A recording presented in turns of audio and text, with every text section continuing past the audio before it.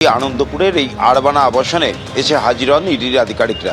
কেন্দ্রীয় বাহিনীর জওয়ানদের নিয়ে এই আবাসনে চলে আসেন এবং এসে সরাসরি এই আরবানা আবাসনের টাওয়ার 3 সেখানে 102 নম্বর যে ফ্ল্যাট রয়েছে সেই ফ্ল্যাটে চলে যান এবং সেই ফ্ল্যাটটি হচ্ছে ব্যবসায়ী কল্যাণ শুক্লার। আজকে সাত সকালেই কল্যাণ শুক্লার বাড়িতে চলে আসেন ইডি আধিকারিকরা এবং কেন্দ্রীয় বাহিনীর জওয়ানরা ওই টাওয়ার 3 কার্যত পুরো ঘিরে নেন।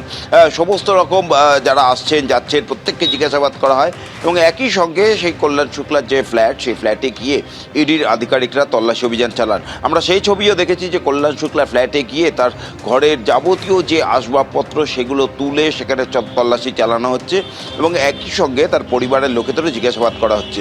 মূলত প্রকাশ কিছুক্ষণ আগে যে বিষয়টি বলছিল যে এই সোনা পাপ্পুর মামলায় এর আগেও আমরা দেখেছি যে প্রথম দফার নির্বাচনের আগে এই সোনা পাপ্পুর মামলায় ইডির তৎপরতা।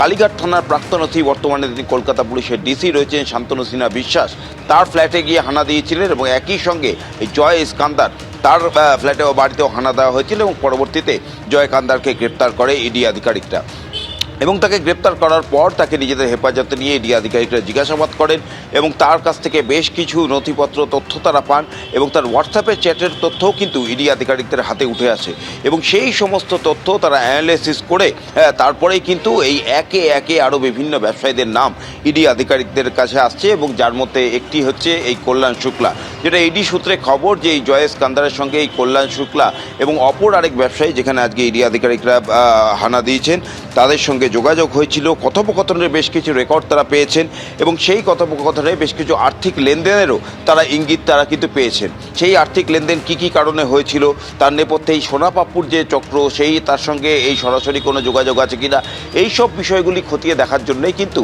আজকে কল্যাণ শুক্লার এই ফ্ল্যাটে ইডি আধিকারিকরা হানা দিয়েছেন। কেমন আমার সহকর্মী দীপ্তকে একটু দেখাতে বলছি যে এই ফ্ল্যাটগুলি দেখছো যে টাওয়ার 3 এইখানেই 102 নম্বর ফ্ল্যাটে কল্যাণ শুক্লার পরিবার থাকেন, তার পরিবারের সঙ্গে থাকেন। যদিও এই আবাসনের অন্যান্য বাসিন্দাদের থেকে জানা যায় যে বিগত কয়েকদিন ধরে কল্যাণ শুক্লাকে কিন্তু এই আবাসনে দেখা যায়নি। এখন তিনি এই ফ্ল্যাটে আছেন কি নেই সে বিষয়ে এখনও ইডির তরফ থেকে কিছু স্পষ্টভাবে জানানো যায়নি। তবে সকাল 6টার থেকে ইডির এই তল্লাশি অভিযান শুরু হয়েছে কল্যাণ শুক্লার এই ফ্ল্যাটে। তার ঘরের সমস্ত আসবাবপত্র তুলে ইডি আধিকারিকরা সেখানে তল্লাশি চালাচ্ছেন এবং একই সঙ্গে তার পরিবারের লোকেদেরও কিন্তু জিজ্ঞাসাবাদ করা হচ্ছে। মূল যেই জিনিসটা এই কল্যাণ শুক্লার বিরুদ্ধে অভিযোগ তাদের কাছে রয়েছে যে তার সঙ্গে জয় ইস্কান্দারের যোগাযোগ পাওয়া গিয়েছে এবং সেই জয় ইস্কান্দারের সঙ্গে সোনা পাপ্পুর যোগাযোগ পেয়েছে ইডি আধিকারিকরা এবং সেই মামলাতে থেকে গ্রেপ্তারও করা হয়েছে। এখন এই যে বেআইনি আর্থিক লেনদেনের কথা বলা হচ্ছে, বিপুল পরিমাণ টাকা বেআইনিভাবে এক অ্যাকাউন্ট থেকে আরেক অ্যাকাউন্টে গেছে এবং সেগুলো বেআইনিভাবেই নেওয়া হয়েছে, তার সঙ্গে সোনা পাপ্পুর যোগাযোগ রয়েছে। এর সঙ্গে আর কারা কারা জড়িত, কী কারণে এই লেনদেন হয়েছিল, এই সমস্ত বিষয় কিন্তু ইডি আধিকারিকরা এখন জানতে চান এবং সে কারণেই আজকে এই দুটি ঠিকানায় ইডি আজকে এই তল্লাশি অভিযান চালাচ্ছে। একেবারে সাত সকালেই ইডি আধিকারিকরা কেন্দ্রীয় বাহিনীর জওয়ানদের নিয়ে শহরের দুটি জায়গায় ছড়িয়ে পড়েন। একটি আসেন এই আনন্দপুরের আরবানা আবাসনে এবং সেখানেই কল্যাণ শুক্লা ফ্ল্যাট এবং সেই কল্যাণ শুক্লা ফ্ল্যাটে তল্লাশি অভিযান চালানো হচ্ছে, তার পরিবারের লোকেদের জিজ্ঞাসাবাদ করা হচ্ছে এবং কল্যাণ শুক্লার সঙ্গে যেটা জানা যাচ্ছে যে জয়েশ কান্দার তার সঙ্গে হোয়াটসঅ্যাপে কথোপকথনের তথ্য তারা ইডি আধিকারিকরা পেয়েছেন জয়েশ কান্দারকে জিজ্ঞাসাবাদ করে এবং সেই সূত্র ধরেই আজকে তার বাড়িতে এই তল্লাশি অভিযান। এখন এটাই দেখার যে এই তল্লাশি অভিযানের পর ইডি আধিকারিকদের হাতে নতুন কী তথ্য আসে এবং এই কল্যাণ শুক্লার বিরুদ্ধে তারা কী ব্যবস্থা নেন। এবিপি আনন্দ এগিয়ে থাকে, এগিয়ে রাখে।